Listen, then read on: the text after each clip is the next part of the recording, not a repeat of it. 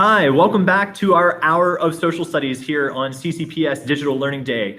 Coming up next is one of our own, Kelsey Pacer. She's an instructional technology integrator, and she's going to be presenting on Google Arts and Culture. If you are live and you want to engage with Kelsey while she's presenting, if you go to the website bit.ly/DLDCCPS, there's a back channel document there, so you can type in any questions or wonders that you have while she's presenting, and she will either answer at the end if she has time, or she'll get back to you directly on that document. Also, if you only have time to check into this video today, all of the videos from today are going to be posted right on this page throughout the day. So this is your one-stop shop for any resources for CCPS's Digital Learning Day. All right, so let's go ahead and switch over to Kelsey and start learning about Google Arts and Culture.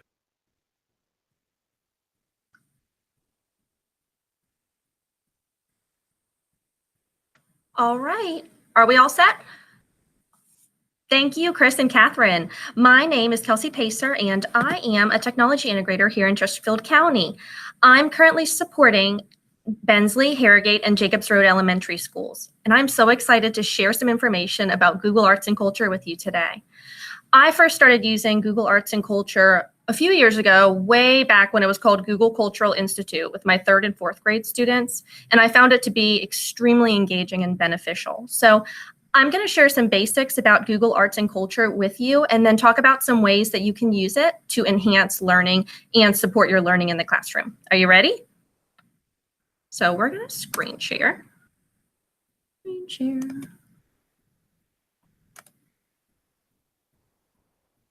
All right, so maybe what I should do first is introduce what Google Arts and Culture actually is.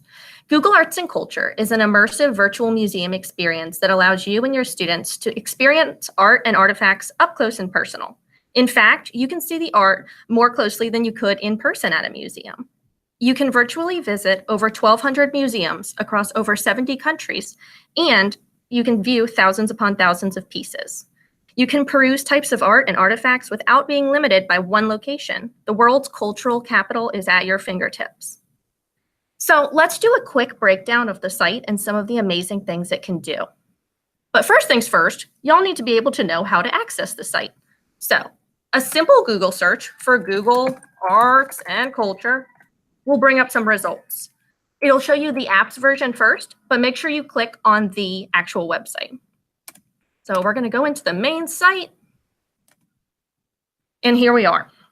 So we're currently on the home screen. So as we're looking, you can see this exhibit about Alexander McQueen, some earthenware. There's a mishmash of topics, themes, like featured Black History Month, and just whatever the Google Arts and Culture gurus decide is something that they want to highlight on the home page. So there's a mix of all sorts of different activities and collections, and we'll talk more about the specifics in just a second.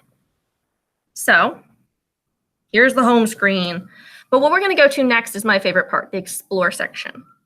So if you click on the Explore tab up in the upper right-hand corner, what it'll take you to is this highlight section where we're going to see an art camera feature, the 360, and Street View.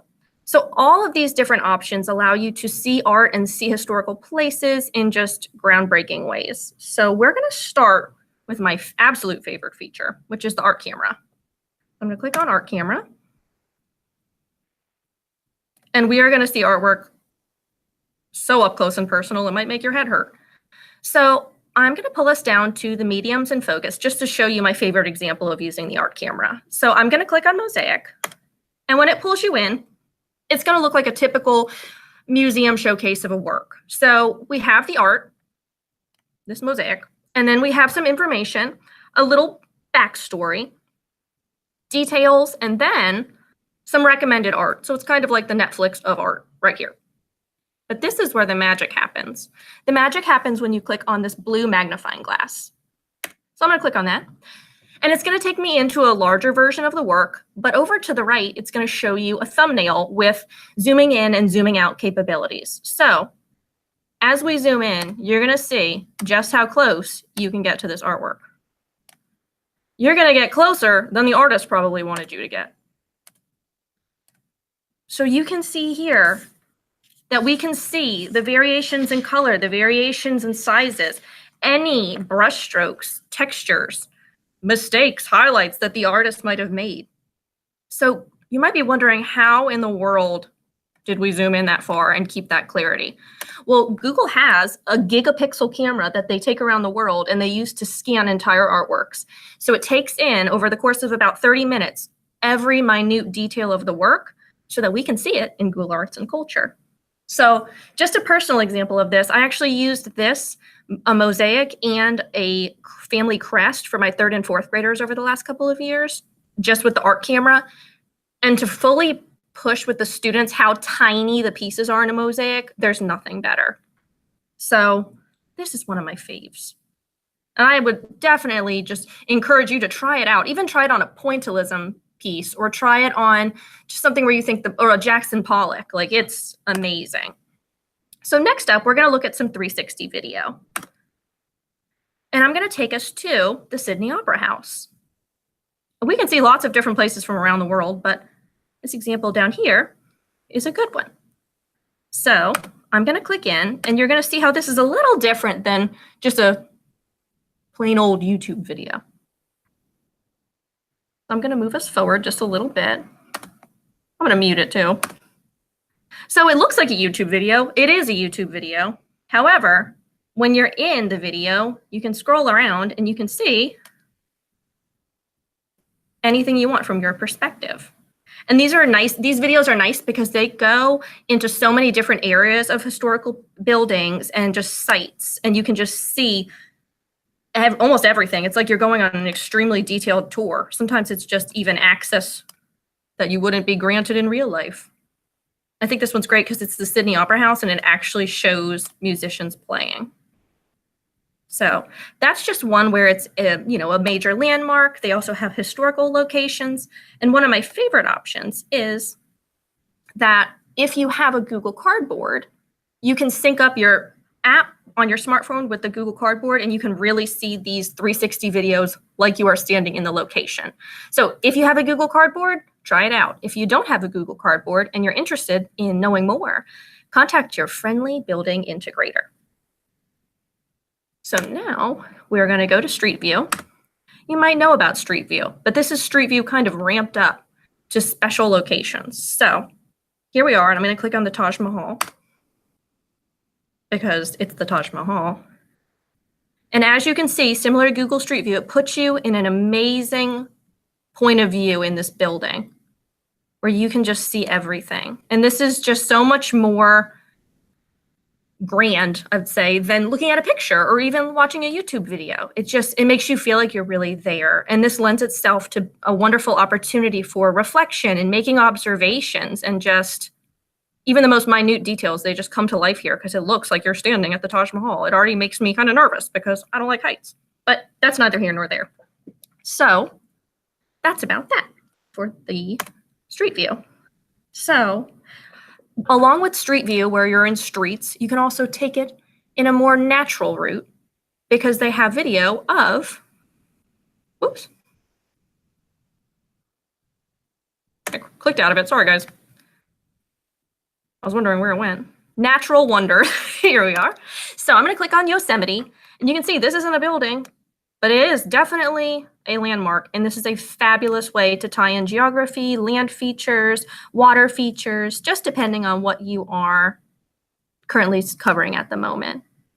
So that is the Explore. So I feel like Explore just has so many great opportunities for its use.